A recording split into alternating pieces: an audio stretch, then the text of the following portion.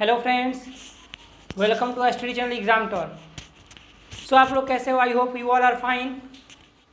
So today I am starting chapter force and laws of motion of class 9।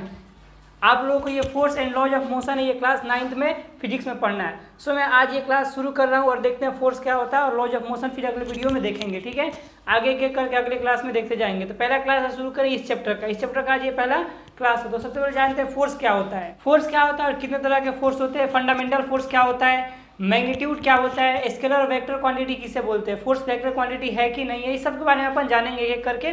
तो जानते हैं, सबसे पहले फोर्स का डिफिनेशन देखते हैं, एग्जांपल देख के अच्छे तरीके से समझाएंगे आप, बस वीडियो में अंत तक बने रहना।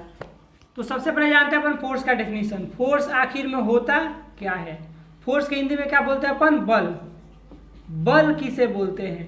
ठीक है, हिंदी मीडियम वालों क्या बोलते हैं? बल।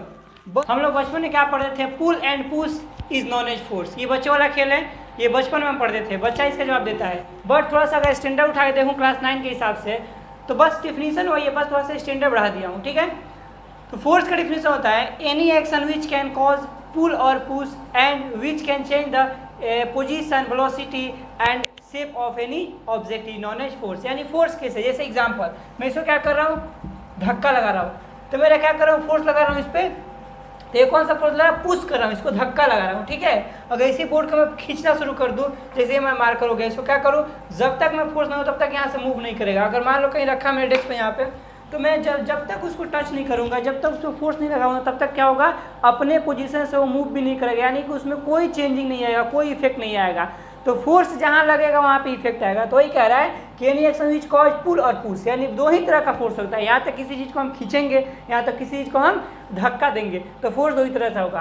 अब उसका कुछ ना कुछ इफेक्ट दिखेगा, change the position, velocity and shape of the body. ये क्या है? ये इफेक्ट है। यानी जब भी हम कहीं फोर्स लगाते हैं तो उसका इफेक्ट दिखता है। वो इफेक्ट कुछ भी हो सकता है। अगर एक गाड़ी मूव कर रही है तो उस पर हम फोर्स लगाते हैं, वो गाड़ी रुक जाती है। यानी कि कब कहाँ फोर्स लगाते हैं? हम ब्रेक पे फोर्स लगाते हैं। गाड़ी के ब्रेक क्या लगता है, जाकर उसको व्हील पे फोर्स लगाता है और व्हील चलना बंद करता है, गाड़ी रुक जाती है। अगर गाड़ी रुकी हुई है तो उसे क्या करेंगे, हम पुश करेंगे। यानी कौन सा? पुल या पुश में पुश करेंगे, तो क्या होगा, गाड़ी आगे बढ़ना शुरू हो जाएगी। इट मीन्स फोर्स लगा तो उसमें क्या हो गया, वेलोसिटी चेंज हो गई। इट मीन्स इस पर यहाँ पे क्या है, वेलोसिटी है, उसका जो वेग है वो चेंज हो रहा है। ठीक है, अब क्या हो रहा है कि दूसरा इफेक्ट देखो, जैसे मान लो बोर्ड को मैंने एक मुक्का मारा, क्या हो गया, ये टूट गया, तो इसका इफेक्ट क्या दिख रहा है, ब्रेक हो गया। तो ये इसका इफेक्ट है। ठीक है, कौन सा फोर्स लगा है? पुश वाला, पुल वाला नहीं, पुश वाला। ठीक है, एक तरह के हम देखते हैं क्या होता है। एक होता है पुश, पुश मीन्स धक्का देना। ठीक है, एक होता है पुल, पुल मीन्स खींचना। एक क्या होता है मेरा, कंप्रेस। एक क्या होता है, टेंशन। नाम सुने हो, कंप्रेशन और टेंशन। ये कंप्रेशन, टेंशन, पुश और पुल में क्या अंतर है? तो देखो, पुश मतलब क्या होता है, किसी चीज को धक्का देना। जैसे मान लो ये बोर्ड है, अगर इसको मैं यहाँ से धक्का दूंगा तो क्या करेगा, आगे मूव करेगा। मीन्स इसका इफेक्ट क्या होगा, बॉडी यहाँ से मूव कर जाएगा, या बोर्ड आगे मूव कर जाएगा। अगर पुल बोलूँ तो पुल मतलब क्या होता है, खींचना। अगर मैं बोर्ड को पकड़ के खींचना शुरू करूँ तो बोर्ड इधर आएगा, मेरे तरफ आएगा। इट मीन्स क्या होगा, इसका पोजीशन चेंज हो रहा है। तो इफेक्ट क्या होगा, इसका पोजीशन चेंज होना है। ठीक है, इसका प्रभाव क्या पड़ा, पोजीशन चेंज हो रहा है। बट कंप्रेशन, टेंशन वही है। कंप्रेशन मतलब होता है किसी चीज को दबाना, है ना, कंप्रेशन दबाना। तो कंप्रेशन से क्या होगा, उसका पोजीशन चेंज नहीं होगा, उसका शेप और साइज चेंज हो जाएगा। ठीक है, उसका शेप चेंज होगा। जैसे एक ऑब्जेक्ट है, दबाया छोटा हो जाता है, दब करके कंप्रेस करते हैं, दबाते हैं तो छोटा रहता है, यानी उसका पोजीशन नहीं चेंज हो रहा है, उसका शेप चेंज हो रहा है। अगला चीज टेंशन। टेंशन मतलब होता है खिंचाव। जैसे माइंड में टेंशन आता है, टेंशन होता है खिंचाव, सर दर्द का, सर में खिंचाव आ रहा है, टेंशन हो गया बुझे, तो वही खिंचाव होता है। तो यहाँ पे क्या, वो माइंड और टेंशन, मेंटल टेंशन नहीं, यहाँ पे क्या है, फिजिकल टेंशन की बात कर रहे हैं, फिजिक्स की बात कर रहे हैं। तो टेंशन होता है खिंचाव, खींच रहे हैं किसी चीज को, तो खींचे तो क्या होगा, लमड़ के चौड़ा हो जाएगा, लंबा हो जाएगा। इट मीन्स यहाँ पे भी शेप चेंज हो रहा है। तो ये क्या, पुश पुल और कंप्रेशन, टेंशन में आप लोगों को थोड़ा सा आइडिया लगा। तो क्या हो रहा है, फोर्स का मतलब ही होता है कि किसी ऑब्जेक्ट को हम लगा रहे हैं, दबाव दे रहे हैं, तो क्या हो जा रहा है, बल लगा रहे हैं, तो उसका शेप चेंज हो जा रहा है। ठीक है, तो फोर्स का ऐसा यूनिट क्या होता है, न्यूटन होता है। फोर्स का हम न्यूटन समझते हैं, इसको रिलेट किससे करते हैं, न्यूटन से, क्योंकि न्यूटन साहब ने फोर्स को इजाद किया था। फोर्स जो कॉन्सेप्ट न्यूटन साहब ने बनाया था, इसलिए न्यूटन के नाम पर दिया गया फोर्स। ठीक है, इसका फॉर्मूला क्या होता है, फोर्स निकालने का, फोर्स निकालना तो फॉर्मूला क्या होगा, F equal to mass into acceleration. F equal to M into A होता है ना, F equal to M into ए।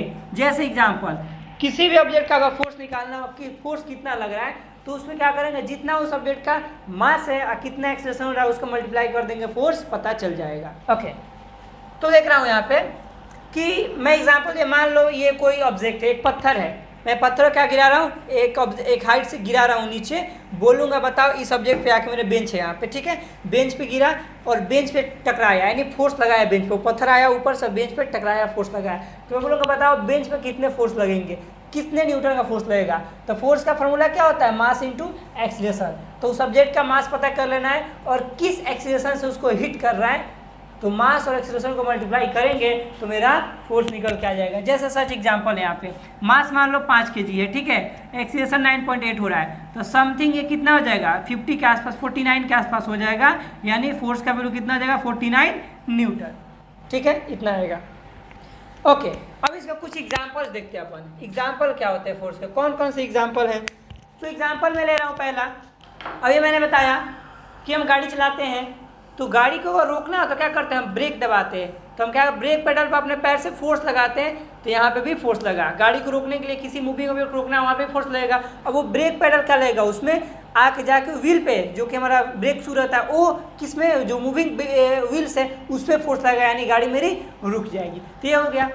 हम क्या करते हैं, क्रिकेट खेलते हैं, फुटबॉल खेलते हैं, तो हम क्या करेंगे, अगर फुटबॉल को हिट करना हो, मारना हो, तो वहाँ पे भी क्या लगा, मुझे अपने पैर से क्या करना पड़ेगा, फोर्स लगाना पड़ेगा, तभी क्या होगा, फुटबॉल मूव करेगा कहीं आगे। बॉल है, मैं क्रिकेट खेल रहा हूँ, तो बॉल को हिट करना क्या करेंगे, मैं अपने हाथों से बैट पे फोर्स लगाएंगे, बैट क्या करेगा, बैट को पकड़ा हूँ मैं तो, और बैट उस बॉल पे क्या करेगा, फोर्स लगाएगा, यानी बॉल हिट हो जाएगा और आगे कहीं बाउंड्री पार हो जाए, जो भी जैसे जितना फोर्स लगाएगा उतना दूर तक जाएगा। किस एंगल में फोर्स लगा रहे हैं, डिपेंड कर रहा है कितने मैग्नीट्यूड का फोर्स लगा रहे हैं, कितने एंगल पे लगा रहे हैं और किस डायरेक्शन में लगा रही है, 3 चीज़ बहुत मैटर करता है, ठीक है।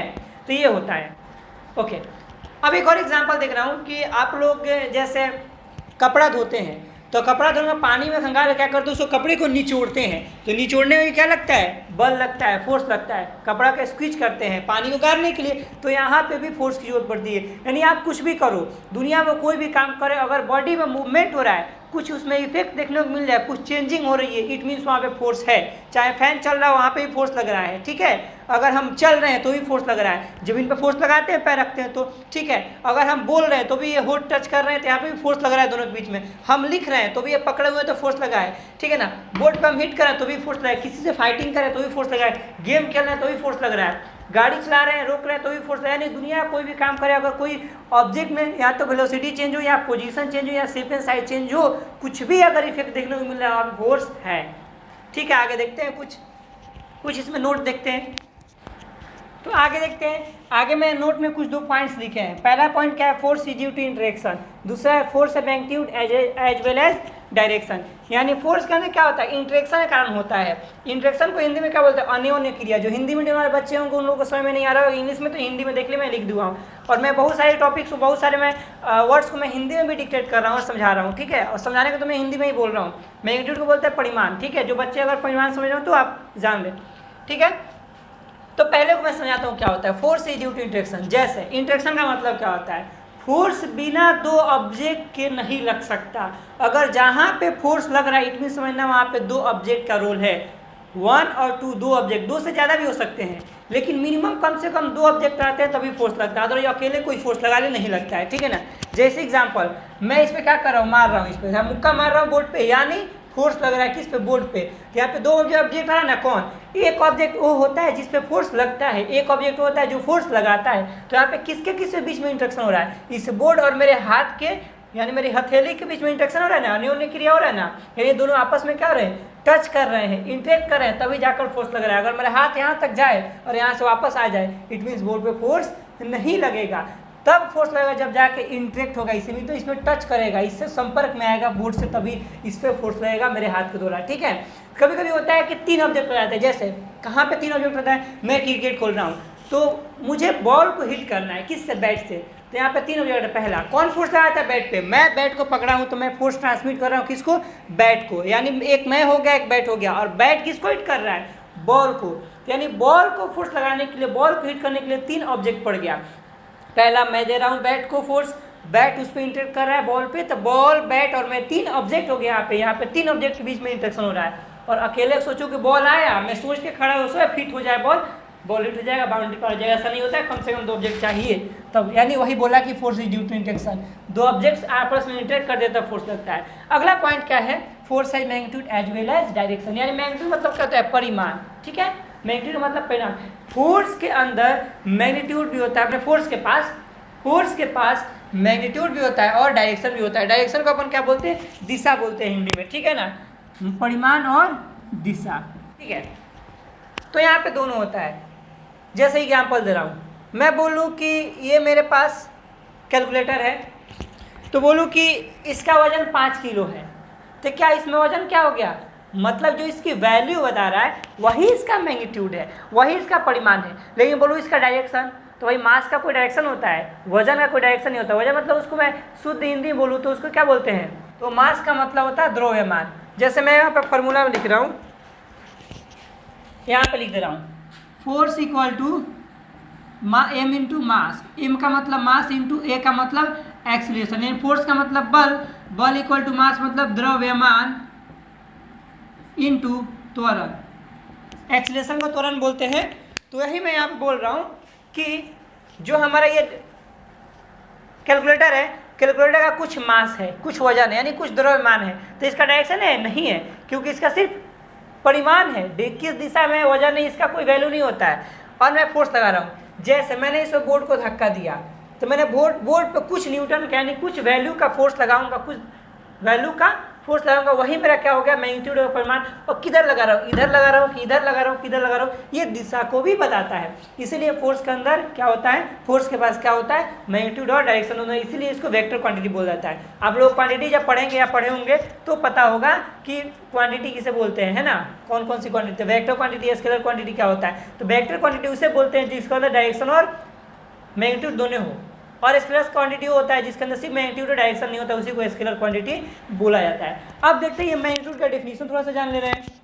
तो मैग्नीट्यूड का यहाँ पे डेफिनेशन होता है, the strength of force is known as magnitude, यानी कितने वैल्यू का, कितने स्ट्रेंथ का फोर्स लग रहा है, कितनी शक्ति का फोर्स लग रहा है, कितना शक्ति, कितने मतलब कितना ज़्यादा फोर्स लगा रहे हैं, ज़्यादा, कम, उससे ज़्यादा, मतलब 5, 10, 20, 25, 50 न्यूटन बोलते हैं ना, 5 न्यूटन का फोर्स लगा रहा हूँ, 10 न्यूटन का फोर्स लगा रहा हूँ, 20 न्यूटन का फोर्स लगा रहा हूँ, यही तो उसका क्या है, परिमाण है, मैग्नीट्यूड है, यानी स्ट्रेंथ ऑफ फोर्स है, शक्ति, कितनी शक्ति का, कितने स्ट्रेंथ का फोर्स लगा रहा है, उसी को अपन मैग्नीट्यूड बोलते हैं।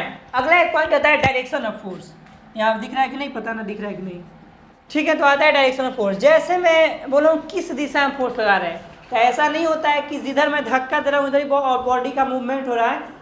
यहाँ पे बहुत सारे ऐसे स्टेजेज हैं, बहुत सारे ऐसे फिनोमेना हैं जहाँ पे फोर्स की कहीं और लगाएंगे और बॉडी का और यहाँ ऑब्जेक्ट का मूवमेंट कहीं और होगा। जैसे एक छोटा सा एग्जांपल ले रहे हैं, ये मेरा ज़मीन है, ठीक है, सरफेस है, यहाँ पे सरफेस क्या है, इंक्लाइंड है, ओके।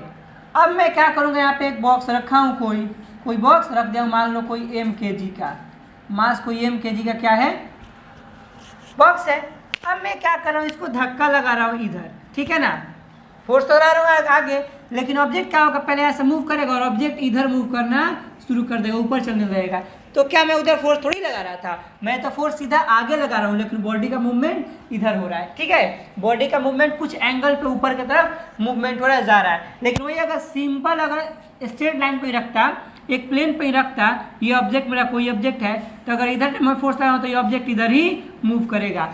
तो मैं फोर्स लगा रहा हूँ इधर, देखो दो कंडीशन है, फोर्स तो दोनों कंडीशन में आगे की तरफ लगा रहा था, लेकिन यहाँ पे सीधा जा रहा है, यहाँ पे ऊपर जा रहा है। तो यही मेरा जो है ना, जिधर मैं फोर्स लगा रहा हूँ वही मेरा फोर्स का डायरेक्शन होता है, यानी बल की दिशा होता है। दोनों जगह मेरा बल की दिशा क्या है, इधर। अब एक एग्जाम्पल ऐसा आप समझ जाऊँगा, ज़्यादा एग्जाम्पल देने की जरूरत तो नहीं है, यानी जो हमारा बल लगाने की डायरेक्शन होता है, बल लगाने की दिशा होता है, पुश और पुल की दिशा होता है, धक्का देने की या खींचने की दिशा होता है, उसी को अपन बल की दिशा बोलते हैं, यानी फोर्स की दिशा बोलते हैं। तो फोर्स की दिशा किसे बोलते हैं, यानी डायरेक्शन ऑफ फोर्स किसे बोलते हैं, उस दिशा को, जिस दिशा में हम ऑब्जेक्ट को क्या कर रहे हैं, धक्का दे रहे हैं या खींच रहे हैं, उसी को फोर्स का डायरेक्शन बोलते हैं। And the direction in which the body is pushed और pulled in on the direction of force, उसी को हम बोलते हैं बल की दिशा, फोर्स की दिशा, जिधर हम ऑब्जेक्ट को धक्का दे रहे हैं या खींच रहे हैं। ओके, तो मैं होप करता हूँ आप लोग को ये समझ में आया हो। तो आज इस क्लास में इतना ही रखते हैं, फिर अगले क्लास में मिलेंगे फंडामेंटल फोर्सेज। कितने तरह के फंडामेंटल फोर्सेज होते हैं वो मैं अगली क्लास में बताऊंगा, तो यहाँ पे जरूर आए और देखें क्या होता है फंडामेंटल, कितने तरह के फंडामेंटल फोर्सेज होते हैं, और उसके बारे में अच्छे तरीके से समझेंगे एक एक करके। ओके, तो मैं होप करता हूँ आप लोग ये क्लास समझ में आया हो। Thank you for watching my class. Okay, bye.